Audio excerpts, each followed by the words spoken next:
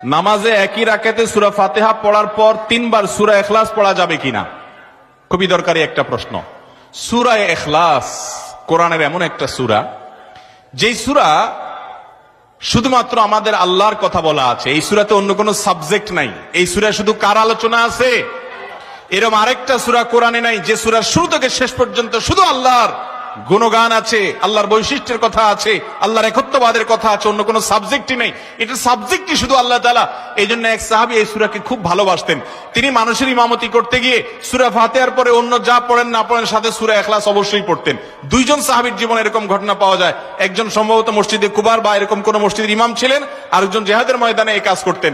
সাহাবীরা এসে বলছেন, ইয়া রাসূলুল্লাহ, উনি নামাজ পড়ালে অনেক লম্বা সময় ধরে সালাত আদায় করে, আমাদের কষ্ট হয়ে যায়। নবীজি ডেকে বলছেন, তুমি কেন এই কাজ করো?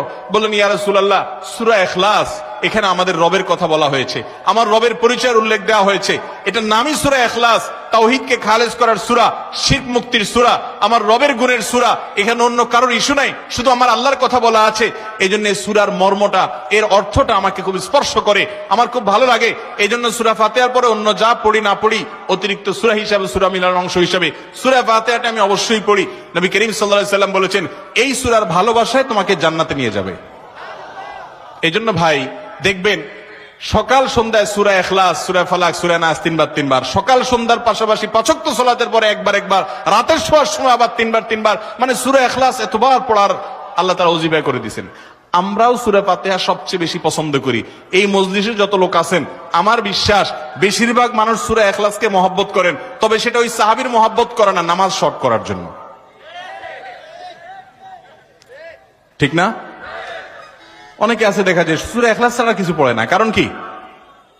আয়তনে নামাজটা তাড়াতাড়ি শেষ করার জন্য। এইটার কারণে জান্নাতে যাবেন না, আবার খুশি হয়ে যায় না যে আমি তো বেশি বেশি পড়ি।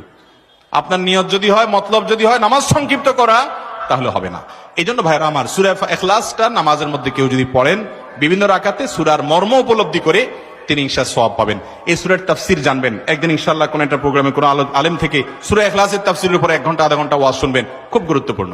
সূরা ইখলাস এটা যদি কেউ 3 বার 4 বার 5 বার পড়ে, শুধু সূরা ইখলাস না, অন্য সূরাও, সূরা ফাতিহার পরে আপনি সূরা ইখলাস 3 বার পড়লেন, সূরা ইযা জা 2 বার পড়লেন, অন্য সূরা 3 বার পড়লেন, কোনটা রিপিট করলেন, একই আয়াত বারবার পড়লেন, এটাতে কোনো অসুবিধা হবে না। আপনি বারবার পড়তে পারেন, কোনো অসুবিধা হবে না ইনশাআল্লাহ। তবে লক্ষ্য রাখবেন, প্রথম রাকাতের চাইতে দ্বিতীয় রাকাতটা তুলনামূলক একটু ছোট হবে। হ্যাঁ, আয়তনে পরিমাণে একটু ছোট হবে, এটাই সুন্নাহ। নবী করিম সাল্লাল্লাহু আলাইহি ওয়াসাল্লাম প্রথম রাকাত যদি 2 মিনিট ধরে পড়তেন, দ্বিতীয় রাকাত 1.5 মিনিট, অর্থাৎ একটু কমায়া পড়তেন, এটাই তার সুন্নাহ ছিল। বাস, এরপর আপনি এবার সূরা ফাতিহার পরে 1 সূরা বারবার পড়েন, হ্যাঁ, কয়েক সূরা বারবার পড়েন, বা অন্য একটা সূরা পড়ে আরেকটা সূরা বারবার পড়েন। সূরার মহব্বতের কারণে, মর্মের কারণে, একই আয়াত জাহান্নামের কথা আছে, জান্নাতের কথা আছে, আল্লাহর কথা আছে, সেজন্য আপনি বারবার পড়েন, কোনো অসুবিধা নাই ইনশাআল্লাহ।